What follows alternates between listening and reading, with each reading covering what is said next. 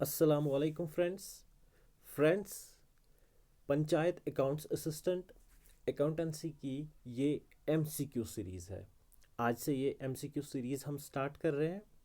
आज के इस पहले लेक्चर में मैंने जो टॉपिक्स कवर किए हैं, एमसीक्यूज़ को जिन टॉपिक्स से उठाया है, वो है आपके सिलेबस का पहला point, introduction to financial accounting and basic terms.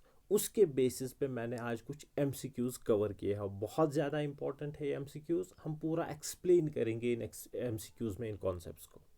तो चलिए पहला एमसीक्यू देख लेते हैं। According to concept of conservatism, the stock in trade is valued at market price, cost price, market price और cost price whichever is lower, और market price और cost price whichever is higher. चार options यहाँ पे दे रखी है। Question में आपको एक बार एक्सप्लेन कर देता हूँ। क्वेश्चन में पूछा गया है कि जब हम कंजर्वेटिज्म प्रिंसिपल फॉलो करते हैं, तो कंजर्वेटिज्म प्रिंसिपल को फॉलो करते वक्त जो हम स्टॉक का वैल्यू करते हैं, स्टॉक का यहाँ का मतलब है closing stock, stock of goods, जिन गुड्स को हमने परचेज किया होता है सेल करने के लिए, अगर at the end of the financial year कुछ गुड्स हमारे पास बच जाते हैं जिनको हमने सेल नहीं किया होता है, उसे क्लोजिंग स्टॉक कहते हैं। अब इस क्लोजिंग स्टॉक में हम देखते हैं, सपोज हमारे 100 यूनिट्स बचे हैं, 40 यूनिट्स बचे हैं, 1000 यूनिट्स बचे हैं। अच्छा, इनकी वैल्यूएशन जो बैलेंस शीट में लिखी जाती है, ट्रेडिंग अकाउंट में लिखी जाती है, क्लोजिंग स्टॉक का वैल्यू जो हम लिखते हैं किस बेसिस पे लिखते हैं?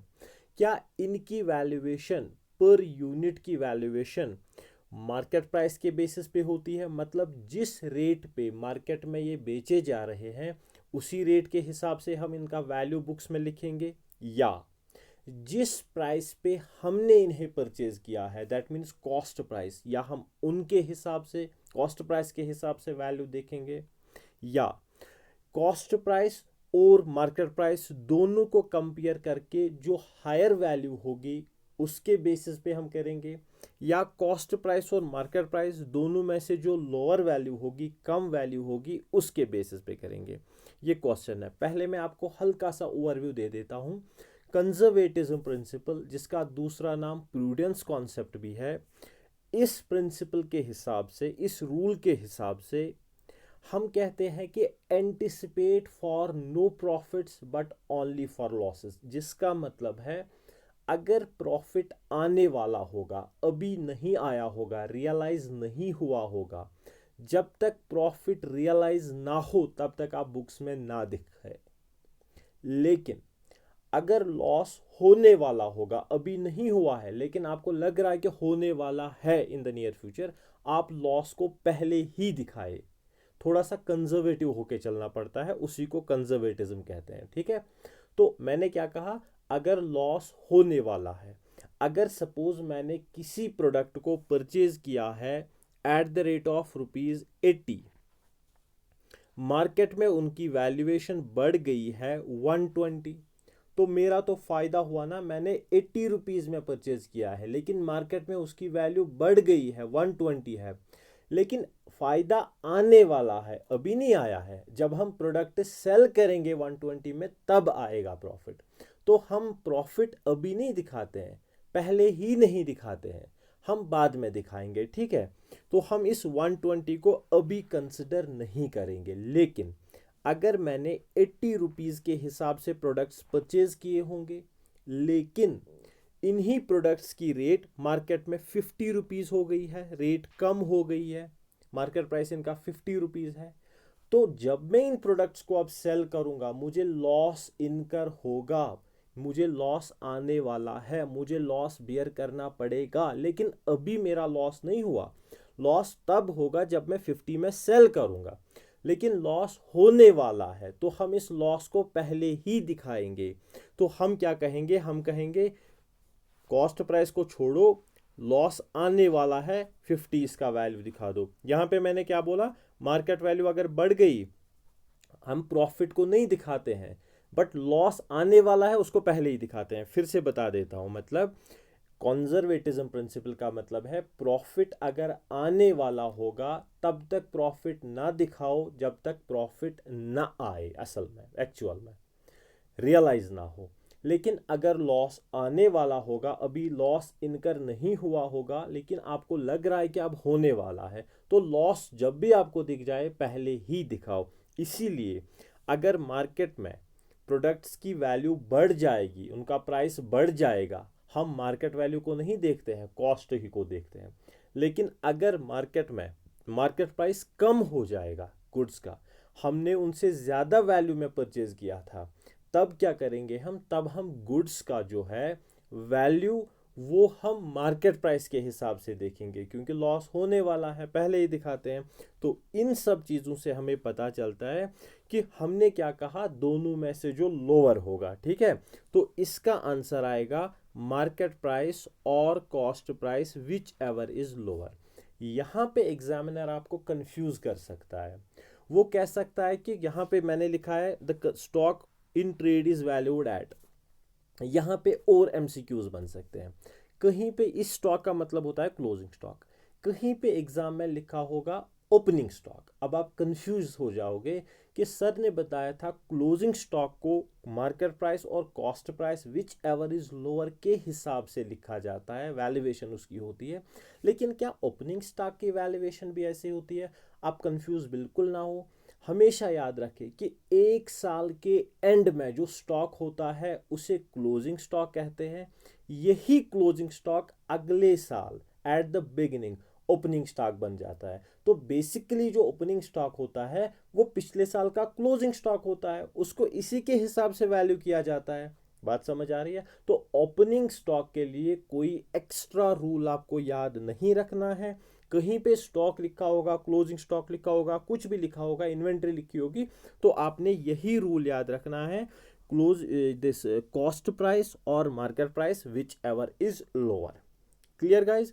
चलिए सेकंड एमसीक्यू उठा लेते हैं।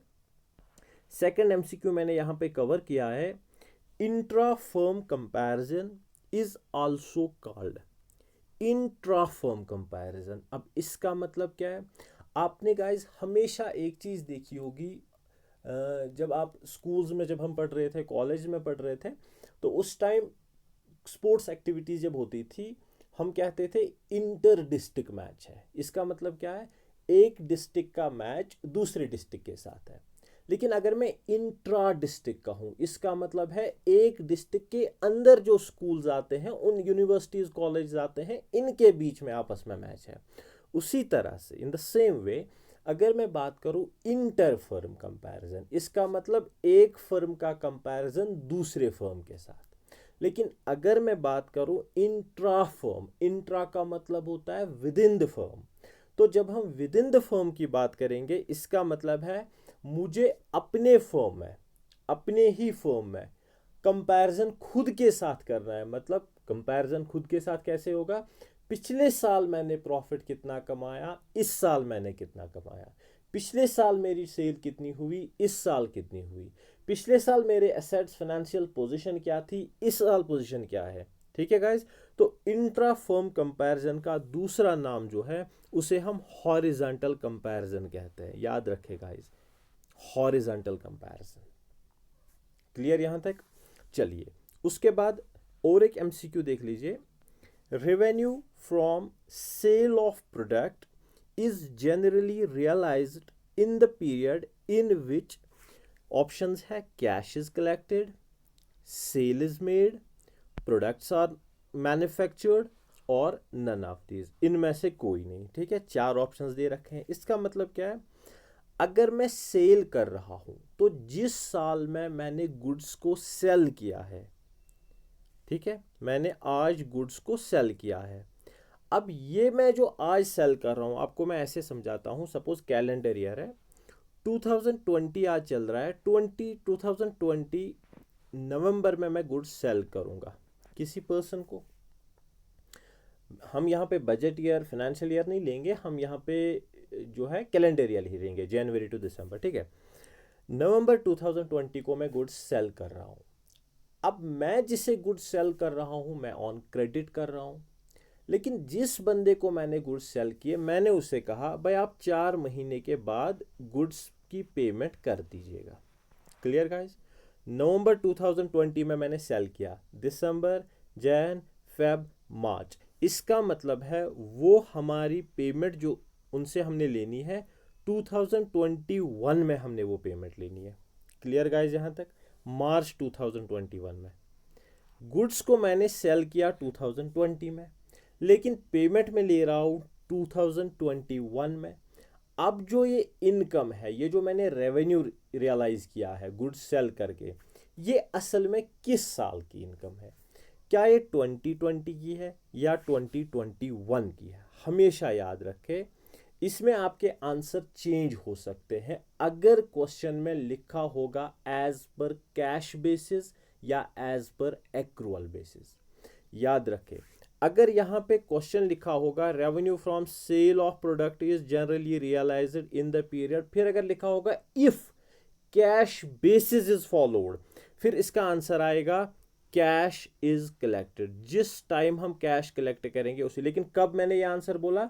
अगर यहाँ पे लिखा होगा कैश बेसिस के हिसाब से अकाउंटिंग होती है, लेकिन अगर एक्रूअल के हिसाब से होती है फिर इसका आंसर आएगा सेल इज मेड। जब हम गुड्स जिस साल में सेल करेंगे उसी साल, जिस साल में हम जिस फाइनेंशियल ईयर में सेल करेंगे उसी फाइनेंशियल ईयर की ये इनकम कंसिडर की जाएगी, रेवेन्यू उसी साल रियलाइज होगा। क्लियर?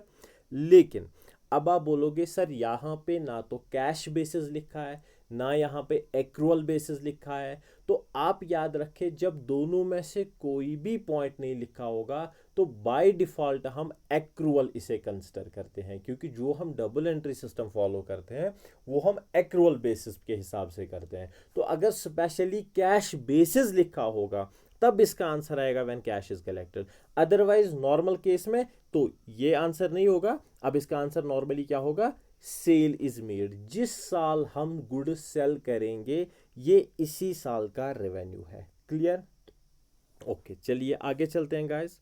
उसके बाद return inwards is also called, return inwards is also called purchase return, sales return, ledger या journal. Return inwards is also called purchase return, sales return, ledger या journal. हमेशा याद रखें, रिटर्न इनवर्ड्स का मतलब क्या है? ये मेरी तरफ आ रहे हैं वापस, मतलब पहले गए थे गुड्स अब मेरी तरफ आ रहे हैं। जब मैं गुड्स परचेज कर रहा हूं उस टाइम मेरी तरफ आ रहे हैं। तो असल में क्या होगा? मैंने गुड्स पहले सेल किए होंगे, सेल किया होगा मैंने। सेल्स के बाद उस पर्सन ने कहा कि भाई ये जो आपने गुड्स बेचे ना ये अप टू द मार्क नहीं थे, मैंने कुछ और मंगाया था, आपने कुछ और भेजा, ब्रोकेज, लीकेज, कुछ भी प्रॉब्लम होगी इनमें, तो वो हमें गुड्स वापस भेजेंगे। तो जब ये गुड्स वो हमारे कस्टमर जिनको हमने गुड्स सेल किए थे वापस भेजेंगे तो हमारी तरफ वापस आ रहे हैं, तो इसका दूसरा नाम, रिटर्न इनवर्ड्स का दूसरा नाम है सेल्स रिटर्न। हमने पहले इन गुड्स को सेल किया होगा फिर उसके बाद उन्होंने वापस किया होगा। क्लियर यहाँ तक? हाँ, एक पॉइंट मैं यहाँ पे भूल गया, वो मैं आपको बताता हूँ, बहुत ज़्यादा इंपॉर्टेंट है गाइस। क्वेश्चन नंबर 1 में मैं थोड़ा सा बता देता हूँ आपको। यहाँ पे मैंने आपको ये एमसीक्यू कराया, अगर एग्जाम में यही एमसीक्यू इसी तरह से आएगा तब इसका आंसर ठीक है, लेकिन अगर ऑप्शंस थोड़े से भी इधर उधर हो गए तो इसका आंसर चेंज हो सकता है। इन सारे एमसीक्यूज का हमेशा याद रखें, आपके एग्जाम में मोस्ट अप्रोप्रिएट आंसर ढूंढना पड़ता है। अब यहाँ पे जो मैंने क्वेश्चन नंबर 1 की मैं एग्जांपल लेता हूँ, मैंने यहाँ पे 4 ऑप्शन दिए थे, इनके हिसाब से था मार्केट प्राइस और cost price whichever is lower.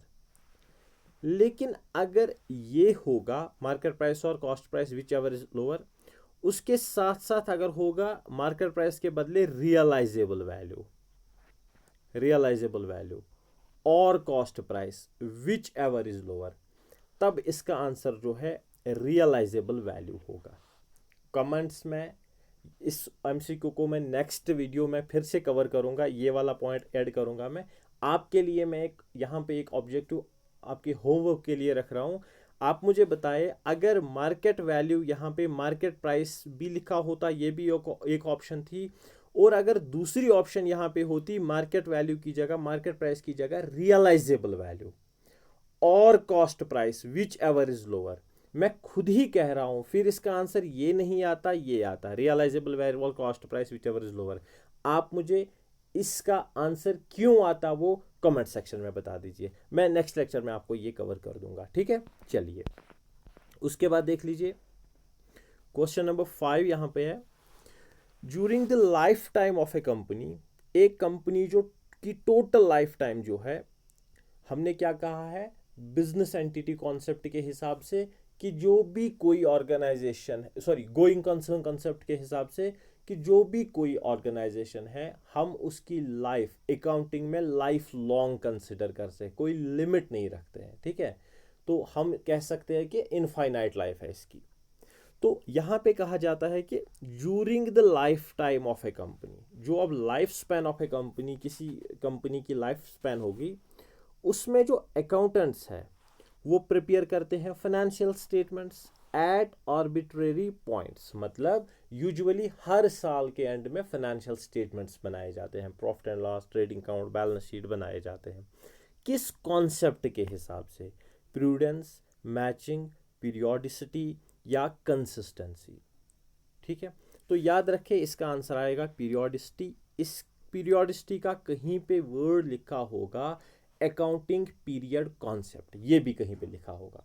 Periodicity और accounting period concept one and the same thing है। अब इसका मतलब क्या है, असल में है क्या, हमने कहा कि अगर बिजनेस स्टार्ट होगा तो अकाउंटिंग में आपने ये कंसिडर करना है कि ये इनफाइनाइट पीरियड के लिए होगा, आपने ये नहीं रखना है कि ये 10 साल, 4 साल, 2 साल के लिए होगा।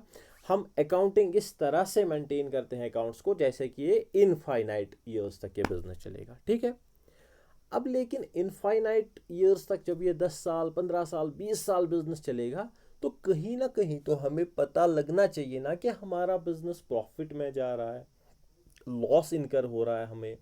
हमें तो अपने बिजनेस की फाइनेंशियल परफॉर्मेंस, फाइनेंशियल पोजीशन पता लगनी चाहिए। इसीलिए हम क्या करते हैं कि जो ये लाइफ स्पैन ऑफ बिजनेस है, इस लाइफ स्पैन ऑफ बिजनेस को कुछ हिस्सों में डिवाइड किया जाता है। क्यों किया जाता है, यूजुअली ये हिस्सा 1 साल का होता है, इसको हम एक अकाउंटिंग पीरियड कहेंगे, इसे दूसरा अकाउंटिंग पीरियड कहेंगे, ये तीसरा अकाउंटिंग पीरियड, ये चौथा अकाउंटिंग पीरियड। क्यों, ताकि हम अलग अलग ईयर्स का, अलग अलग अकाउंटिंग पीरियड्स का कैलकुलेट करें, प्रॉफिट आया कि लॉस आया, अगर लॉस आया तो क्यों लॉस आ रहा है, वो steps, necessary steps take over करें, ताकि हमारा लॉस अगले फाइनेंशियल ईयर में, अगले अकाउंटिंग पीरियड में प्रॉफिट में कन्वर्ट हो जाएगा, या अगर कम प्रॉफिट आ रहा है और प्रॉफिट हो जाएगा, हम बिजनेस को एनालाइज कर पाए, इसके ऊपर डिसीजंस ले पाए, इंटरप्रेट कर पाए फाइनेंशियल पोजीशन, परफॉर्मेंस को।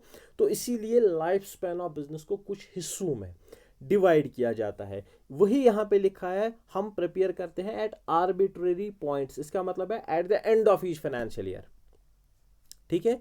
तो किस कॉन्सेप्ट के हिसाब से, पीरियोडिसिटी या अकाउंटिंग पीरियड कॉन्सेप्ट के हिसाब से। यहां तक गाइस क्लियर, ओके। चलिए एक और एमसीक्यू उठा लेते हैं यहां पे, carriage inwards on purchase of fixed asset is, बहुत ज्यादा इंपॉर्टेंट है। Carriage inwards on purchase of assets is, इसका मतलब क्या है, अगर हम गुड्स परचेज करें, याद रखें मैंने गुड्स परचेज किए हैं, दिल्ली से मैं गुड्स परचेज कर रहा हूँ, दिल्ली से यहाँ कश्मीर तक लाने में जितना भी मुझे किराया पे करना पड़ता है, इसे कैरेज इनवर्ड्स कहेंगे। ये एक खर्चा है जो मुझे हर साल पे करना पड़ता है, ये एक्सपेंस है।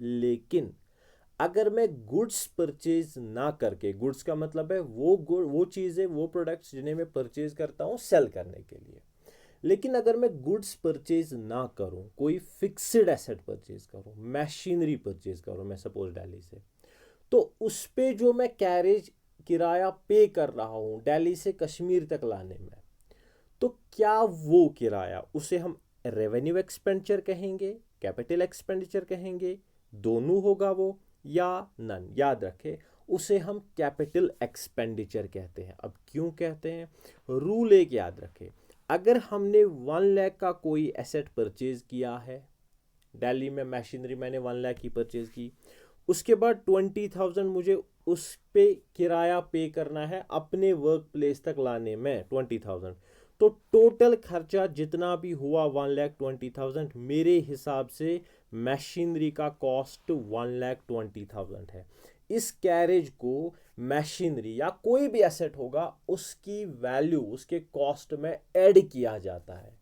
तो जिस तरह से एक एसेट कैपिटल एक्सपेंडिचर होता है जब हम फिक्स्ड एसेट परचेज करते हैं, तो उस पे जो कैरेज वगैरह हम पे करेंगे, उस पे जो हमें किराया पे करना पड़ेगा, इसका वैल्यू भी, इस किराए के अमाउंट को भी हम कैपिटलाइज करते हैं, एसेट के वैल्यू में ऐड करते हैं, इसीलिए इसे कैपिटल एक्सपेंडिचर कहा जाता है। लेकिन अगर एग्जाम में क्वेश्चन आए कि अगर carriage inverts on purchase of goods, तब वो रेवेन्यू एक्सपेंडिचर, तब वो रेवेन्यू है, या एक्सपेंस अगर लिखा होगा वो नॉर्मल एक्सपेंस है, तब वो कैपिटलाइज नहीं होगा। क्लियर? ओके, चलिए आगे चलते हैं। उसके बाद प्रिलिमिनरी एक्सपेंसेस। प्रिलिमिनरी एक्सपेंसेस जो है वो क्या है, एग्जाम्पल है किसकी, क्या ये एक्सपेंस है, क्या ये इनकम है, क्या ये नॉन करंट लायबिलिटी है, क्या ये फिक्टिशियस एसेट है।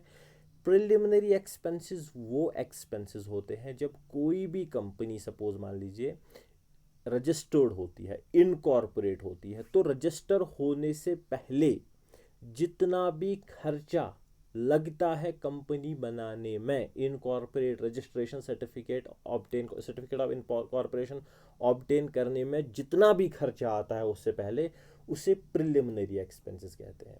और ये प्रिलिमिनरी एक्सपेंस, इन्हें हम नॉर्मल रेवेन्यू एक्सपेंस कंसिडर नहीं करते हैं, ये फिक्टिशियस एसेट होता है, याद रखें।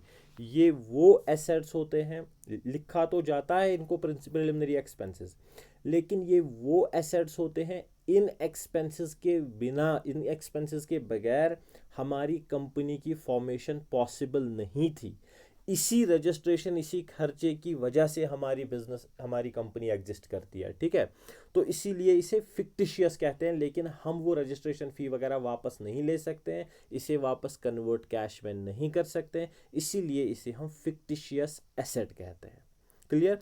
अब इस प्रिलिमिनरी एक्सपेंस का होता क्या है, क्या सर ये लाइफ लॉन्ग चलती है कंपनी में? नहीं, कुछ ईयर्स में वो कंपनी ला के प्रोविजंस है, कुछ ईयर्स में, मान लीजिए सपोज 5 ईयर्स में इसको राइट ऑफ किया जाता है। अगर 10,000 खर्चे हैं, हर साल 10,000 अगर खर्चे हैं, हर साल 2-2 हज़ार कम किए जाएंगे और 5 साल में इसको राइट ऑफ किया जाएगा, ठीक है। वो कंपनी का बाकी रूल है, वो आपके सिलेबस में नहीं है। इन शॉर्ट आप अभी याद रख लीजिए, प्रिलिमिनरी एक्सपेंस जो है ये फिक्टिशियस एसेट है। यहाँ तक गाइस क्लियर? तो मैंने कुछ MCQs यहाँ पे आपको कराए, जितना भी इस लिमिटेड टाइम में हो सके, तो मैं इस MCQ सीरीज़ को आगे कंटिन्यू कर रहा हूँ। कमेंट्स में आप बता दीजिए, मैं ऑलमोस्ट कोशिश करूँगा हर टॉपिक के ऊपर एक एक लेक्चर देने की। तो कमेंट सेक्शन में आप ही बताइए कहीं पे कन्फ्यूजन वगैरह होगा, या कोई आप स्पेशली इम्प्रूवमेंट चाहते हो, किसी स्पेशल तरीके से पढ़ना चाहते हो, तो प्लीज़ कमेंट सेक्शन में आप बताइए, ठीक है। चलिए, okay guys, thanks a lot.